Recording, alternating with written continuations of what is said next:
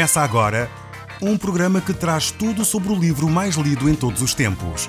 Apresentamos O Som do Livro.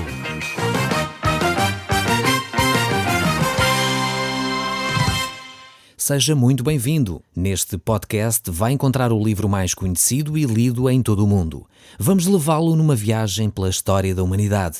Este é um audiolivro para si, para a sua família e sociedade em geral. Contextualização e comentários de Paulo Chaveiro.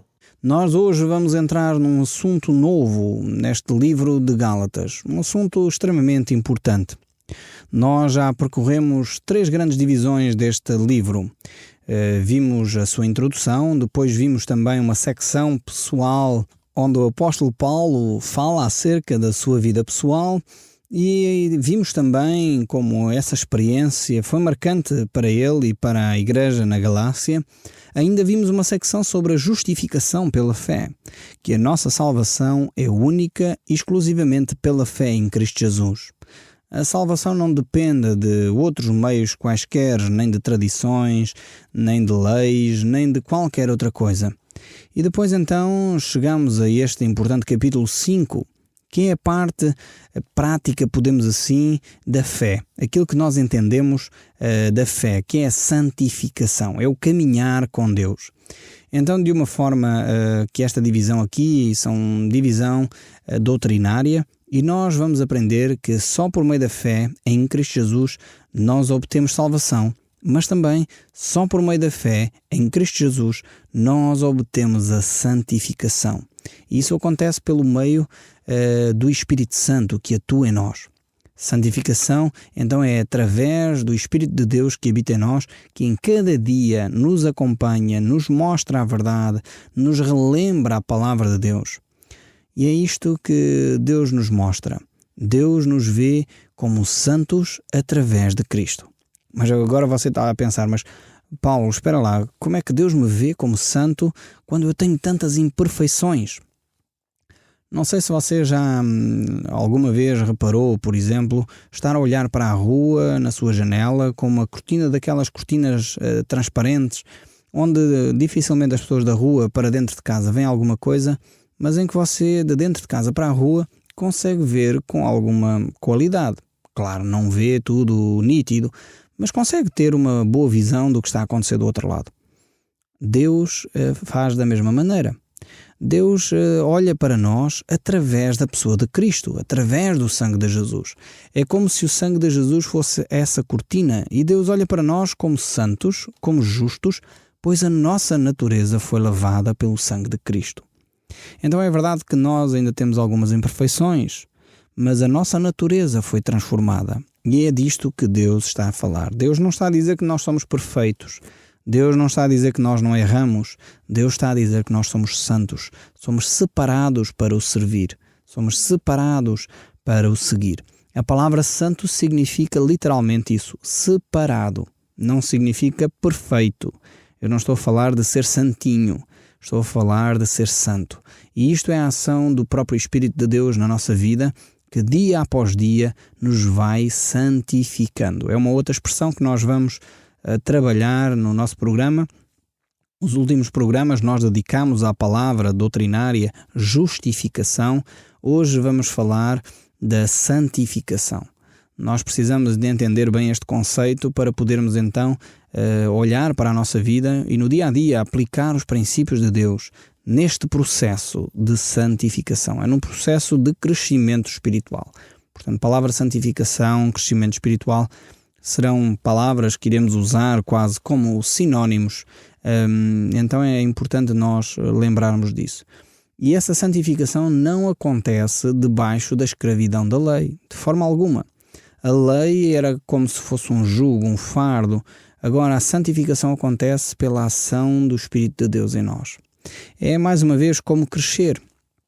Quando nós crescemos, por mais que você se esforce ou pense, talvez você gostaria de ter 1,80 m ou uma coisa assim do género, mas por mais que você se esforce, não vai chegar a ter 1,80 m. Então, o seu crescimento é um processo natural que vai acontecendo dia após dia. Quando nós olhamos para os filhos que são bebés, eu poderia dizer para os meus filhos que ainda são pequenos, são jovens ainda, eu poderia dizer, não, eu quero que eles já tenham 20 anos. Mas por mais que eu quisesse, isso não iria acontecer. O processo vai se dar lentamente, dia após dia. Eles vão desenvolvendo a sua maturidade como seres humanos e, querendo Deus, chegarão aos 20 anos, 30 anos e serão adultos, maduros. Mas é um processo lento, diário. E eu quero dizer que Deus ama os processos. Deus não é um Deus de eventos. Muitas vezes nós queremos eventos imediáticos, coisas que acontecem de imediato e que transformam a nossa vida de uma forma radical, do dia para a noite. Muitas vezes Deus faz isso. Por vezes Deus, na sua bondade, opera esses milagres. A isso chamamos milagres. Mas a maioria das vezes Deus trabalha por processos. Se não olhemos para a situação de Jesus, você já reparou que Jesus Cristo teve que estar 9 meses na barriga da Virgem Maria?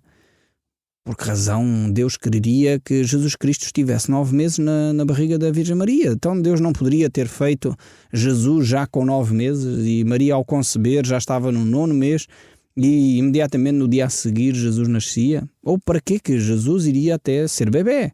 Porque é que ele se desenvolveu durante 30 anos e afinal de contas o seu ministério só começou aos 30 e durou 3 anos? O que é que aconteceram naqueles 30 anos?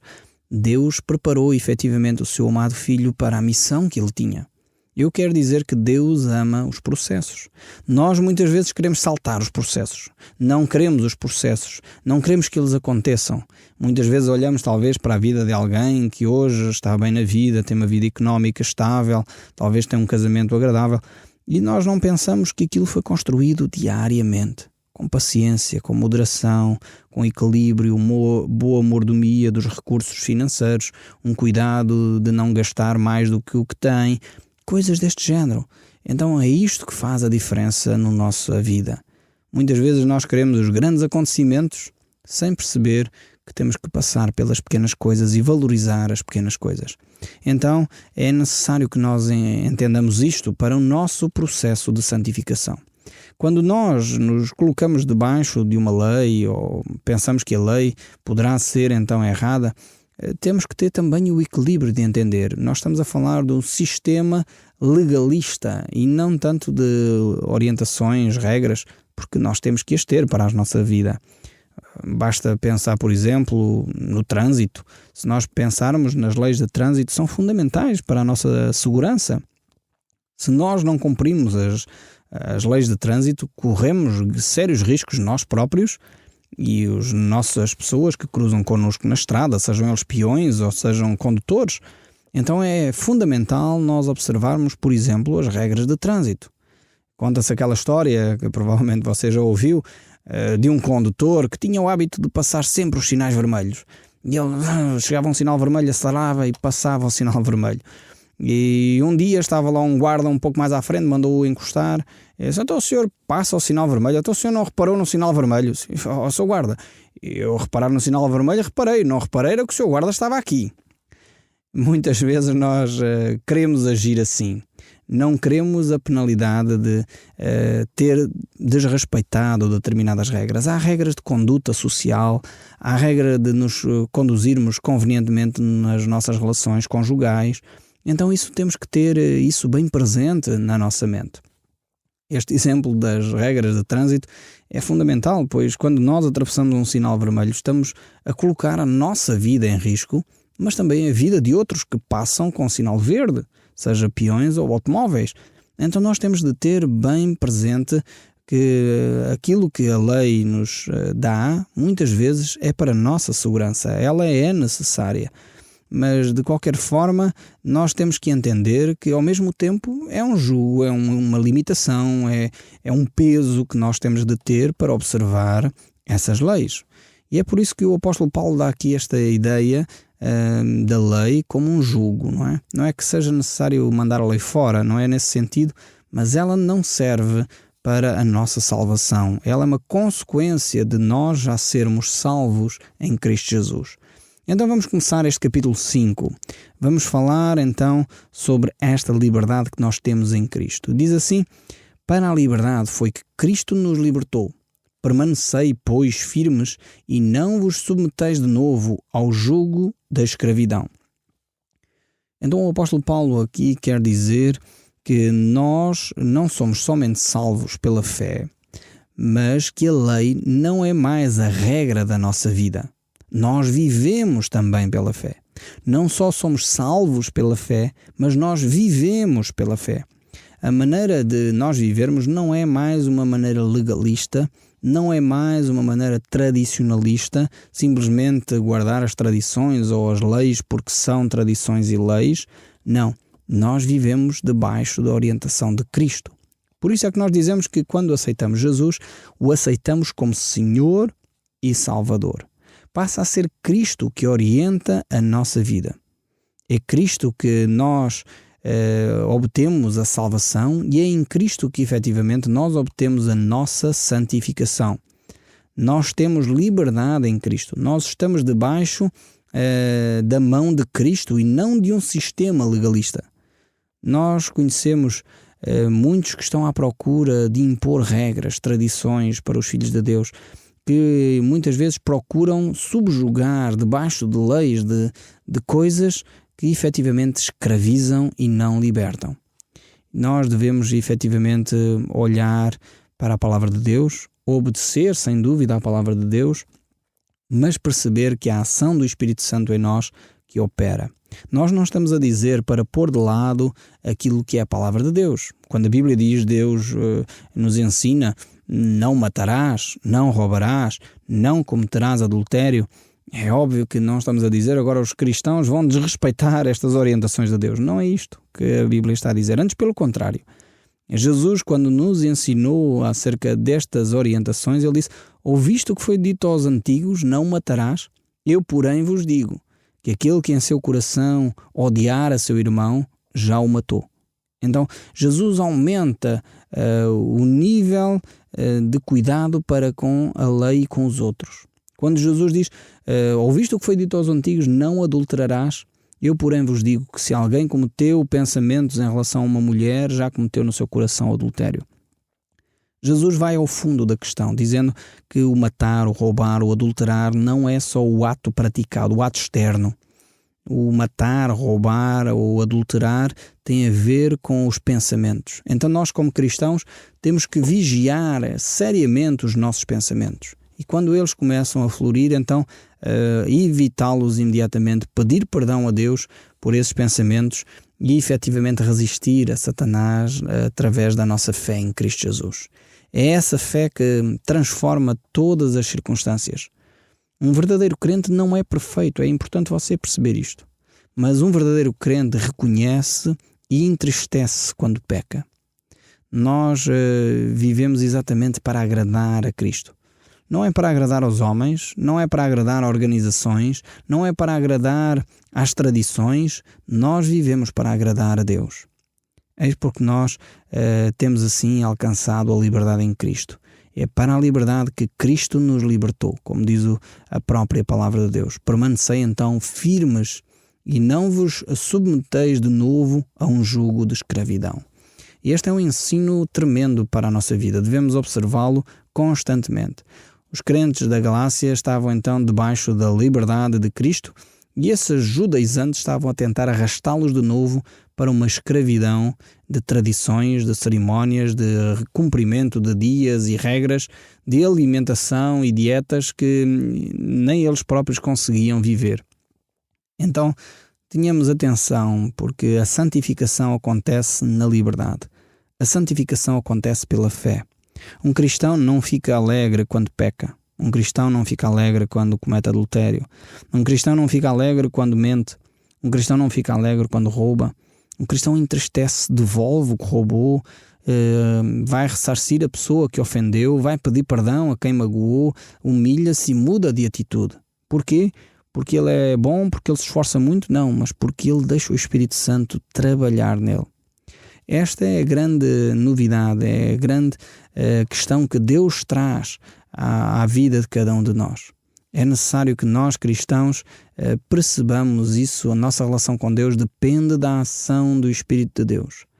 E, efetivamente, muitos cristãos às vezes começam bem no seu caminhar com Deus, mas depois porque vão acrescentando regras e mais regras à sua vida, ou porque em algum momento da sua vida se decepcionaram, então afastam-se da comunidade onde estavam, afastam-se de Deus e começam efetivamente a trilhar um caminho que eu costumo dizer que é o caminho do filho pródigo.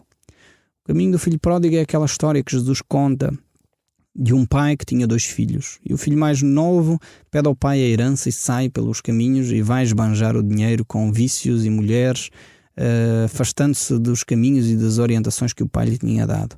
Eu digo que muitas vezes aos cristãos fazem esse caminho, mas esse caminho tem um ponto de encontro. Tem um ponto de encontro que é aquele espaço onde o filho pródigo chegou ao ponto de querer se alimentar e não ter nada para comer. Queria comer e vivia com os porcos. E os porcos, no conceito judaico, eram animais imundos, animais que um judeu nunca poderia tocar, quanto mais ainda tomar conta deles. Então há cristãos que chegam a esse ponto, a um ponto de grande desgraça, a um ponto que no meio de alguns grupos costumam dizer bateu no fundo do poço. Então quando as pessoas estão no fundo do poço, é uma boa oportunidade para sair dele. É uma boa oportunidade de começar uma nova vida.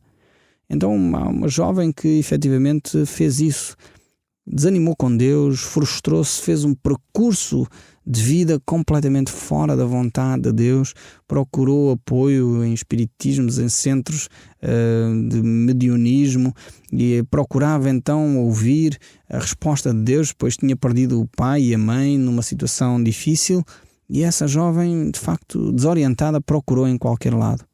Até que num desses encontros em que ela estava, supostamente o seu pai falou, sabemos que pela Bíblia são os demónios que falam nessas situações, e aquele demónio estava a imitar a voz do seu pai, e esse demónio que simulava a voz do seu pai dizia-lhe que ela deveria ir a um determinado sítio e que deveria ficar ali em nome de Jesus. Quando ela ouviu isto, ela percebeu que não era de Deus isso, pois ela sabia que se tinha afastado dos caminhos de Deus.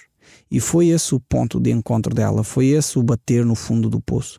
O caminho que ela tinha trilhado longe de Deus a tinha levado ao ponto de mexer com espiritismo, demónios, mexer com situações terríveis que a afastavam cada vez mais dos caminhos de Deus, até aquele momento em que ela percebeu que tinha se afastado de Deus, pediu perdão, voltou aos caminhos de Deus e efetivamente passou a querer servir melhor a Cristo. Muitas vezes há cristãos que precisam fazer esse percurso do filho pródigo, de chegar ao ponto de se humilharem diante de Deus, perceberem que não há mais forma de escapar. Mas o apóstolo Paulo continua, voltando aqui ao livro dos Gálatas, no capítulo 5, verso 2 diz: Eu, Paulo, vos digo que, se vos deixardes circuncidar, Cristo de nada vos aproveitará. Vejamos que o apóstolo Paulo é bastante radical aqui na forma como ele aborda esta questão. Alguns poderiam dizer, mas o que é a circuncisão? É uma pequena cerimónia, não faz mal nenhum fazer aquela circuncisão. Mas o apóstolo Paulo diz, se pensam que com a circuncisão vão alcançar a salvação, porque o que os judaizantes diziam é, é necessário a fé em Cristo. Mas juntamente com a fé em Cristo é necessário a circuncisão e é necessário guardar o sábado. Alguns dirão, mas isso é só um pormenor, não faz mal nenhum guardar o sábado, não faz mal nenhum a circuncisão. O apóstolo Paulo e a Bíblia nos mostra que se efetivamente a pessoa quer guardar, seja o que for, juntamente com Cristo, Cristo de nada nos aproveita. E, infelizmente há pessoas que querem pôr ao nível de Cristo a própria mãe de Cristo, pondo Maria como corredentora com Cristo, por exemplo. E isto é terrível. Cristo de nada serviria, Cristo de nada teria feito ir à cruz se efetivamente Maria, José, Pedro, Paulo pudessem trazer-nos a paz com Deus. Então para que Cristo morreu se efetivamente Maria poderia por outros meios dar-nos esse privilégio de ter a relação com Deus? Era inútil. E é o que o apóstolo Paulo está a dizer. Se vocês, ó Gálatas, vos deixam circuncidar, é inútil a morte de Cristo. Para que Cristo então morreu? É por isso que Jesus Cristo também, quando falava, ele falava de uma forma bastante exclusivista. E nós encontramos essa declaração de Jesus no Evangelho de São Mateus, no capítulo 12, no verso 30, quando ele diz: quem não é por mim é contra mim. Cristo é muito claro. Ele era sem dúvida, um Deus de amor, feito homem no nosso meio, com muita compaixão, com muito carinho por nós, mas ele também era exclusivista. Ele diz: não há possibilidade de pactuar e juntar o bem com o mal. Juntar um pouco de fermento a esta massa vai levedar tudo. E é por isso que o verso 13 ainda continua a dizer: de novo testifico a todo o homem que quem se deixa circuncidar, que está obrigado a guardar toda a lei. Se queremos então guardar um aspecto da lei, deveríamos ser obrigados então a guardar toda a lei. E já sabemos, porque o próprio apóstolo Paulo nos disse, que a lei não pode salvar ninguém. E ele continua no verso 4 a dizer: de Cristo vos desligastes, vós que procurais justificar-vos na lei, da graça decaíste. Isto é uma tremenda declaração do apóstolo Paulo. Eu não sei se você está consciente disso. Quando tenta juntar ao Evangelho de Jesus Cristo tradições, cerimónias, sacramentos ou outra coisa qualquer, nós estamos a decair da graça de Cristo. Quando colocamos outras situações, e aqui a situação era relativamente simples para nós agora, 2000 anos depois, era a questão da circuncisão. Um ato muito normal na cultura judaica. Era um ato extremamente importante para um judeu, distinguia a sua identidade, marcava a sua identidade como judeu. E o que o apóstolo Paulo está a dizer é: se vocês insistem nesse aspecto legal, então Cristo de nada serve e perdemos o privilégio de ter um relacionamento eterno com Deus. Da graça decaímos. Desligaram-se de Cristo. A minha pergunta é: o que é que na sua vida o faz desligar-se de Cristo? Quais são as coisas que você tem em paralelo com Cristo? Há alguma coisa na sua vida que o faz estar a perder esse contacto com Deus? Seja talvez uma tradição, seja talvez um sacramento, uma cerimónia, seja talvez alguma outra entidade a quem você procura fazer as suas preces. Se você vive dessa maneira, a Bíblia é muito clara dizendo: da graça decaíste. Então é a altura de voltar para Deus. Não faça só como o filho pródigo, gastando a sua fortuna, as suas bênçãos, de uma forma aleatória aqui e ali. Deus talvez tenha estado a abençoar a sua vida, mas é a altura de repensar antes que chegue ao fundo do poço. É a altura de se encontrar com Deus, de voltar a Cristo e ficar com aquilo que é a essência do Evangelho. A essência do Evangelho é a fé em Cristo Jesus, vivendo pela fé ainda, sendo santificado pela ação do Espírito Santo em nós. Este é o meu sincero desejo para a sua vida, para que você possa viver o gozo que só Deus pode dar. No próximo programa nós continuaremos a olhar para esta carta que tem tantas recomendações para nós, para que nós possamos viver em novidade de vida, mais íntimos e próximos de Deus. O Som do Livro, uma produção da Rádio Transmundial de Portugal.